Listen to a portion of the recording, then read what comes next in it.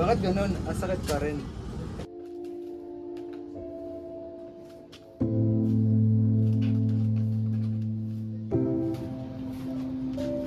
Aray! Ang sakit pa rin.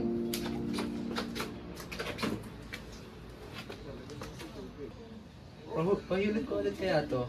Ang sakit pa rin eh.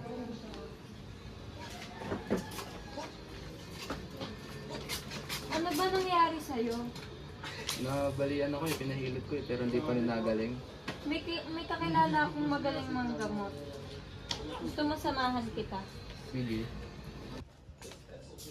Manong, pwede ko po bang ipahilot sa inyo yung kaibigan ko? Matagal na daw po kasi yung bali niya. Eh sige, dali mo sa kanya kaibigan mo yan at ating ilutin. Okay ka.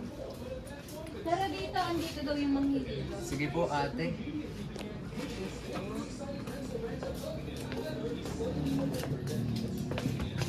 Tutoy, ano ba nangyari sa iyong kamay na yan? Nagmamasigin po ng bukos. Ano ba na bale? Kailan para yung baling aray? Last week pa po. Eh pagana eh, pinapabayaan mo. Eh, may magagawa pa ba? Ay umupo ka muna dyan, Tutoy. Ako'y kukuha lang ng aking tamis. Eh Tutoy, pagana eh.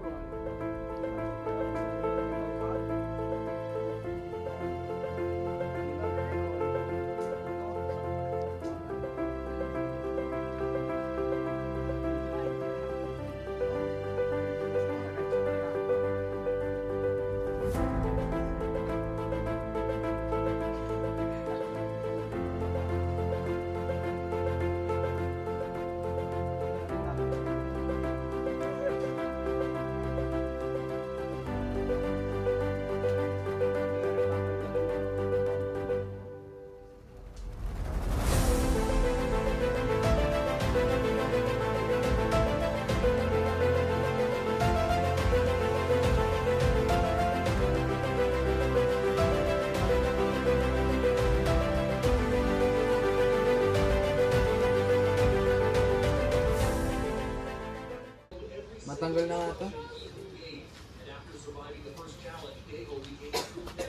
Nainip ako. Makagala kaya.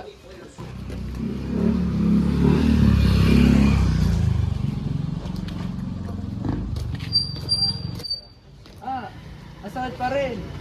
Ano po ba yung nangyari sa'yo? Nagpa-practice ko ng basketball. Nagkagasa ako. Nabalian ako. Ngayon, pinahilit ko na to. Pero nasakit pa rin.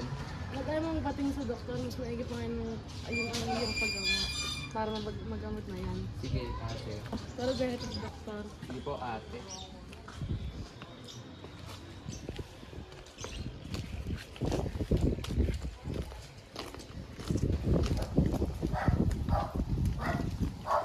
Dok, may pasyente po. Tutoy, ano ba nangyari sa iyo? Nabalikan po ako. Hindi ko nga po alam, 2 beses na po ako nagpahilot pero nasakit pa rin po. Yung isa pong naghihilot sa akin, may napinunas po sa akin. Sabi daw po, nagpapagamit daw po yun ng sakit. Kahit ano. Naku, Tutoy, dapat hindi ka naniniwala sa mga ganon. Lika, i-x-ray kita. Tutoy, ano bang ginawa mo at naging gayan ang bali mo? Ako yung nagpa-practice po mag-basketball. Pero ako po yung nagdagasa, kaya po nabalian po ako. Paano ba ang paghihilot sa'yo? Binigla ka ba? Binigla ako. Naku, Tutoy, di dapat gayan ang paghihilot sa iyo ay. Lalala ang yan. Wala po tayong magagawa. Nangyari na ako. Halika at bibigyan kita ng suporta dito. Teka lang, Tutoy, at tatawagin ko lang ang aking assistant ha. Okay po, Dok. Teya, halika nga dito. Kunin mo yung aking kagamitan dyan. Okay po.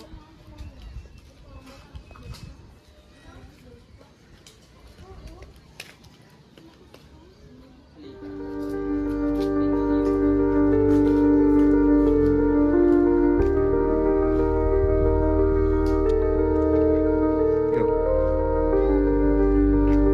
O ayan, Tutoy. Ayos na yan ha. Susunod, mag-iingat ka na ha. Saka huwag ka maniniwala sa mga ganong bagay. Opo.